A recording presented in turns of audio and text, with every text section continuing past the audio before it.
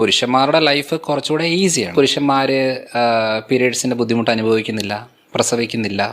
ഇനിയും പ്രസവിച്ച് കഴിഞ്ഞ് ആദ്യ കാലഘട്ടത്തിൽ ഒരു 5-6 മാസത്തേക്ക് ഫുൾ ടൈം രാത്രിയും പകലും ഉറക്കമില്ലാതെ പാല് കൊടുക്കുന്നു, കാര്യങ്ങളെല്ലാം ചെയ്യുന്നു. ഇതൊന്നും പുരുഷൻ ഒരു പരിധി കൂടുതൽ അറിയുന്നില്ല. ഈ പുരുഷന്മാർക്ക് സ്ത്രീകളുടെ ബുദ്ധിമുട്ട് പറഞ്ഞാൽ മനസ്സിലാവില്ല. കാരണം ആ ഹോർമോൺസ് അല്ല. പുരുഷനെങ്ങാനും പ്രസവിക്കുമായിരുന്നെങ്കിൽ ഈ ലോകം അവസാനിച്ചേനെ.